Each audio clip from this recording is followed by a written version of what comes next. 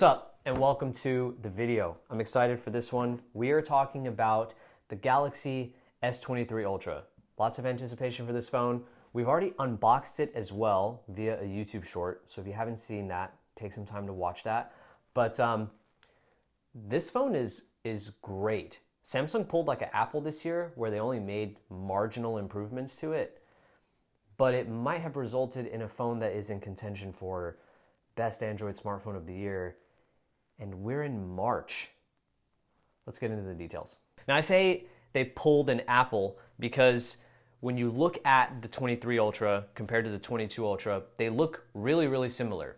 There are some slight hardware and design changes, which I actually really like. There are some internal processing improvements, and there are some slight changes to the camera system on the back of the phone. Now, the interesting part is that when you hear those things, it's not something that generally excites you if you're looking to upgrade from one generation to another. That's how I felt going into like the pre-order period of this particular phone. But then once I got the phone and I started using it, I realized that the changes they made were actually, at least for someone like myself who really looks into the details of a phone, they were a lot more noticeable than I thought they were going to be. Every change they made was a positive bump in a really good way, and I felt them more than I thought I would.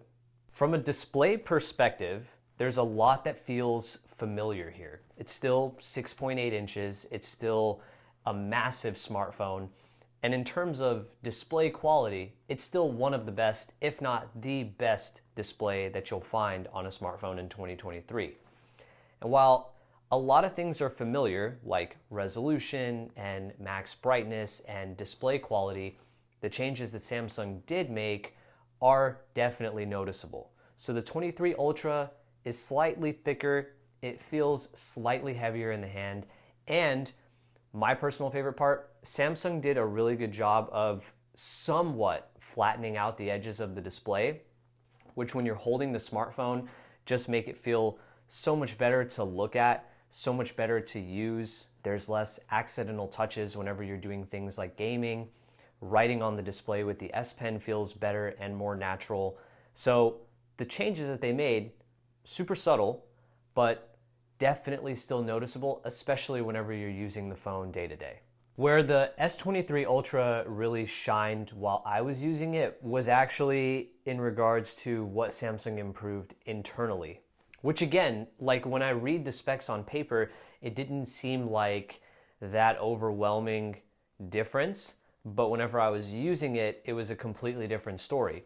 So the 23 Ultra gets bumped up to the Snapdragon 8 Gen 2 compared to the Gen 1 from last year, which again, doesn't sound very exciting.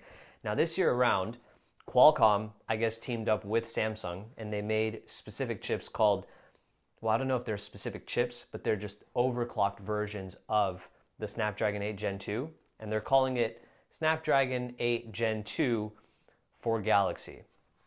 That's a mouthful, but like I basically just said, they're slightly faster variations of the normal Snapdragon 8 Gen 2 that'll basically be powering every Android flagship phone for 2023. Now that was paired to 12 gigs of RAM on my particular phone and a 5,000 milliamp hour battery, which the RAM and the battery specs are really similar to last year's 22 Ultra. So again, I wasn't expecting anything too crazy in terms of noticing a performance difference or noticing a battery life difference. But what I ended up getting was actually exactly the opposite. So in terms of performance, the phone absolutely handles anything you throw at it. Productivity apps, multitasking, anything you want it to do, it does. I can't tell if it was Android 5.1 or if it was the new chipset, but performance and animations specifically as you're navigating through the software felt super consistent, felt super smooth and fluid and snappy. Everything feels great as you're using this phone. That part didn't surprise me. What did surprise me was the noticeable difference in battery life on this phone compared to what I was getting on the 22 Ultra. But there were some days, on average, I'm getting like 7 to 8 hours of screen on time easy. And in terms of charging intervals, if I'm lightly using this phone, I can go probably 2 days on a single charge. Even if I am very, very heavily using this device, it's probably still like a day and a half between charges. There was one particular day that I got like, I want to say 11 hours of screen on time. And that was a mix of apps like YouTube for watching videos, productivity apps, gaming. I mean, there was a lot of stuff going on.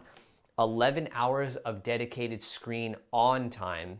That doesn't even count things like the fact that I had always on display on, maximum display resolution, maximum brightness, 120 hertz refresh rate. I mean, all the crazy things that you normally have on to drain the battery. And that day I still got 11 hours of screen on time. It's just insane. And if you've managed to snag something like a Samsung fast wire charger over the past few years, I believe the one that I have at home is a 45-watt wire charger.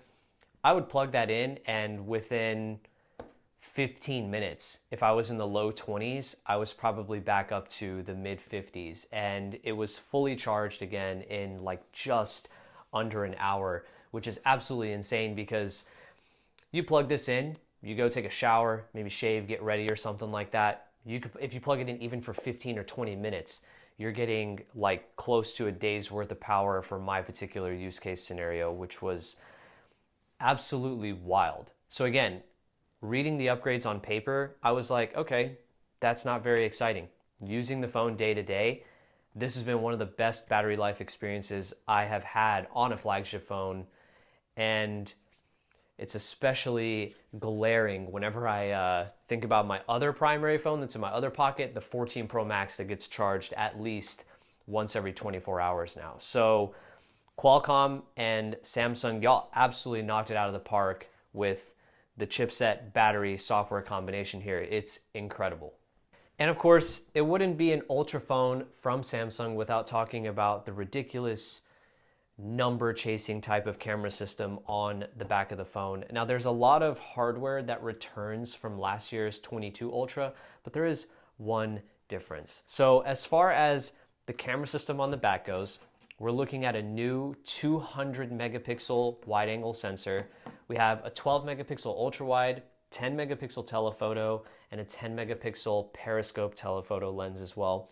And it's just feature packed, right, from a hardware and a software perspective. So you have options for 10 times optical zoom and up to 100 times digital zoom.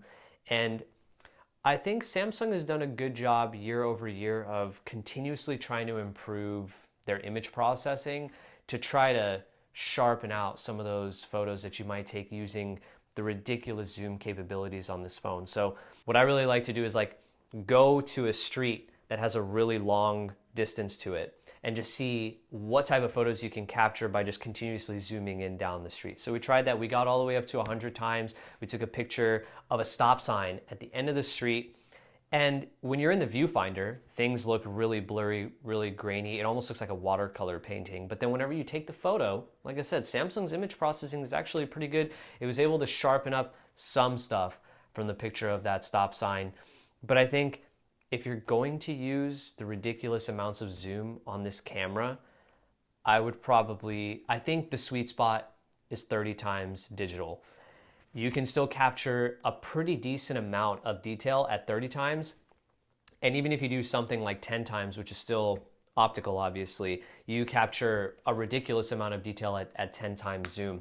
Those zoom capabilities are great. Obviously, I'm sure there are a lot of people out there that will put them to good use, like professional photographers or something. But for me, I'm really basic. I actually got a lot more use out of the macro mode, which isn't new, but it's still really cool to just get really up close to a subject and capture a ton of detail. And as far as something ridiculous like the 200 megapixel lens, you can capture a ton of detail if you take the photo in full 200 megapixel resolution. So like, I love taking photos of my Shiba, and I've taken a couple in full 200 megapixel, and it's like you can zoom in and see details of like his eyelashes, which are just, it's absolutely insane. Now keep in mind, if you're someone who's gonna wanna do cool stuff like that, those photos do take up a lot of storage on your phone, so just something to keep in mind. And we actually got a bump in terms of video capabilities as well. So 8K is not something that's new on the Ultra range, but you can now take 8K videos at 30 frames per second, which again, it's like, that is phenomenal, right? In terms of resolution and frames per second, but I have absolutely no use case scenario for something like that. I'm sure other people out there do, but not my forte. Still cool to see it, considering Samsung is always just pushing all sorts of numbers. And interestingly enough, when you look at the front of the phone, the selfie camera has actually been downgraded this year around. Last year it was 40 megapixels, if I'm remembering correctly. This year it's down to 12. I took a couple of selfies, not anything that I saved, because I mean, come on, look at me. I'm not going to take selfies of myself. But the quality is good. I'm just not really sure like why Samsung decided to bump down the selfie camera, considering the back camera system is all about just chasing as high of numbers as possible. And they didn't really make any mention to that either, but if you're someone who cares a lot about your selfie game, something to know. So that's it. That is essentially what's new on the S23 Ultra this year round. Again, feels super familiar, but I think Samsung made some really, really good quality changes to this phone in the areas that it counted, right? Last year's 22 Ultra was a fantastic smartphone.